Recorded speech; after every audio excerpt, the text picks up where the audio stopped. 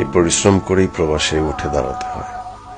দেশের কথা মনে হয় চোখ বেয়ে পানি ঝরে, কিন্তু সেই পানি মুছে নিজেকেই নিজে গভীর সম্ভাবনা দিয়ে আবার ঝাঁপাতে হয় এই জীবন যুদ্ধে।